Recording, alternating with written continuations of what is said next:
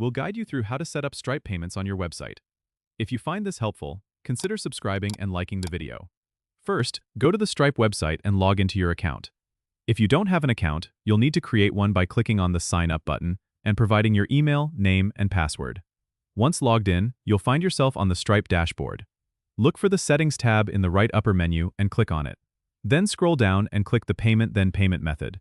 This is where you can manage payments and set up your payment processing.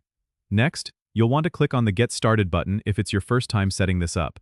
You'll be asked to fill out some details about your business, like your business name, type, and tax ID. Make sure to fill out these fields accurately to ensure smooth transactions. After completing the business information, you'll need to link your bank account to receive payouts. Click on Add Bank Account and follow the prompts to enter your bank information securely. This will allow Stripe to transfer funds directly to your bank. Now that your account is set up, you'll want to integrate Stripe with your website. Depending on your platform, this might be as easy as installing a plugin or using Stripe's API. If you're using a platform like WordPress, check for a Stripe plugin, install it, and follow the setup instructions. For custom websites, you'll need to use Stripe's API keys. Go to the Developers section in the dashboard and find your API keys.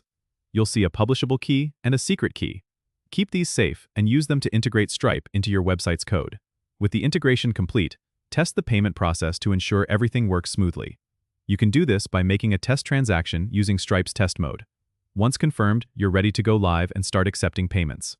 Don't forget to subscribe and comment if this helped you out.